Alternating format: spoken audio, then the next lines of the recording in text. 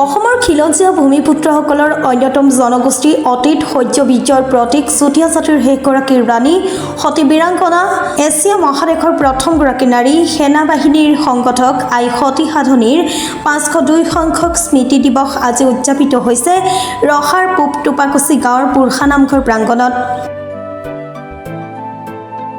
চুতীয়া জাতি উন্নয়ন পৰিষদ নগাঁও জিলা চুতীয়া জাতি সন্মিলন ৰহা আঞ্চলিক চুতীয়া জাতি সন্মিলন আৰু পূব টোপাকুচি অঞ্চলৰ ৰাজ্যৰ সৌজন্যত তদুপলক্ষে আজি পুৱা সতী সাধনী ক্ষেত্ৰৰ দ্বাৰ উন্মোচন কৰে চুতীয়া জাতি উন্নয়ন পৰিষদৰ সদস্য পংকজ বৰাই। পতাকা উত্তোলন কৰে নগাঁও জিলা চুতীয়া জাতি সন্মিলনৰ সভাপতি সোমেশ্বৰ বৰদলৈয়ে। বীৰাংগনা সতী সাধনীৰ প্ৰতিচ্ছবিত বন্তি প্ৰজ্বলন কৰে উমেশ বৰদলৈয়ে। মাল্য অৰ্পণ কৰে ৰহা আঞ্চলিক চুতীয়া জাতি সন্মিলনৰ সভাপতি ৰূপৰাম মেধিয়ে। স্মৃতি তৰ্পণ মুকলি কৰে নগাঁও জিলা চুতীয়া জাতি সন্মিলনৰ সম্পাদক উত্তম কুমাৰ শইকীয়াই আৰু ৰহা আঞ্চলিক চুতীয়া জাতি সন্মিলনৰ সম্পাদক নৱজ্যোতি বৰদলৈয়ে। সাংস্কৃতিক শোভাযাত্ৰা উদ্বোধন কৰে চুতীয়া জাতি মহিলা সন্মিলনৰ প্ৰাক্তন সভানেত্ৰী হেমপ্ৰভা বৰদলৈয়ে। বিয়লি মুকলি সভা আৰু সম্বৰ্ধনা অনুষ্ঠান আৰু সন্ধ্যা ঈশ্বৰপুত্ৰ জুবিন গাৰ্গ সোঁৱৰণী সাংস্কৃতিক অনুষ্ঠান অনুষ্ঠিত হ'ব।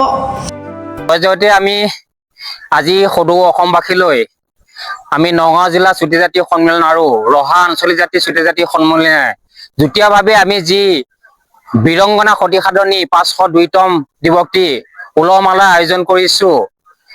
আমি সদৌ অসমবাসীক আজি সাত বিহু শুভেচ্ছা জনোৱাৰ লগতে এই পবিত্ৰ দিনটো অলেখ অলেখ শুভকামনা জ্ঞাপন কৰিছো। বৃহত্তৰ অসমীয়া জাতি গঠন প্ৰক্ৰিয়াত চুতীয়াসকলৰ অনবদ্য অৱদান আছে আৰু আপোনাৰ খবৰ জ্ঞাত যে চুতীয়াসকলে এসময়ত স্বাভিমানে এটা নিজৰ জাতি গঠন কৰি বীৰত্বৰে শাসন ব্যৱস্থা শাসনভাৰ গ্ৰহণ কৰিছিলে, শাসন চলাই আছিল। কিন্তু কালক্ৰমত সেই শাসন ব্যৱস্থা লুপ্তপ্ৰায় হয় আৰু এই যে বৰ্ণিল আমাৰ ইতিহাসৰ এক স্বৰ্ণময় ইতিহাস এই বীৰংগনা সতী সাধনী বীৰত্ব আৰু ত্যাগৰ উদাহৰণটো আজি আমি নগাঁও জিলা চুতীয়া জাতি সন্মিলন আৰু ৰহা আঞ্চলিক চুতীয়া জাতি সন্মিলনে আমি উলহ মালহেৰে আন্তৰিকতাৰে গৌৰৱে আমি আজি উদযাপন কৰিছো। আৰু আমি এটা আহ্বান জনাইছো গোটেই অসমবাসীকে, অকল এই বীৰংগনা গৰাকী সতী সাধনী গৰাকী অকল আমাৰ চুতীয়া জনগোষ্ঠীয়ে নহয়, সমগ্ৰ অসমবাসী অৰ্থাৎ ভাৰতবাসী আৰু এছিয়া মহাদেশৰ অনবদ্য নাৰীগৰাকীক যাতে সকলোৱে শ্ৰদ্ধা জ্ঞাপন কৰি তেখেতৰ বীৰত্ব ইতিহাসৰ কথা যাতে আমি সকলোৰে মাজত বিস্তাৰিত কৰিব পাৰো, তাৰ বাবে সকলোৱে সহযোগিতা আহ্বান কৰাৰ লগতে আজি আমাৰ দিনজোৰা কাৰ্যসূচী আমি যি অনুষ্ঠান ভাগ আয়োজন কৰিছো তাত যাতে সকলোৱে অঞ্চলবাসীয়ে সহায় সহযোগিতা আগবঢ়ায় তাৰ বাবে আমি সকলোকে আমাৰ বিনম্ৰ অনুৰোধ জনাইছো। ইতিমধ্যে আমাৰ পুৱা ভাগৰ পতাকা উত্তোলন, স্মৃতি তৰ্পণ, মাল্যাৰ্পণ কাৰ্যসূচী আছে। ইয়াৰ পিছতে আমি এতিয়া খন্তেক সময় পিছতে আজি আমাৰ এই অনুষ্ঠান ভাগৰ অন্যতম মুখ্য আকৰ্ষণ সাংস্কৃতিক শোভাযাত্ৰা ভাগ আমাৰ আৰম্ভ হ'ব।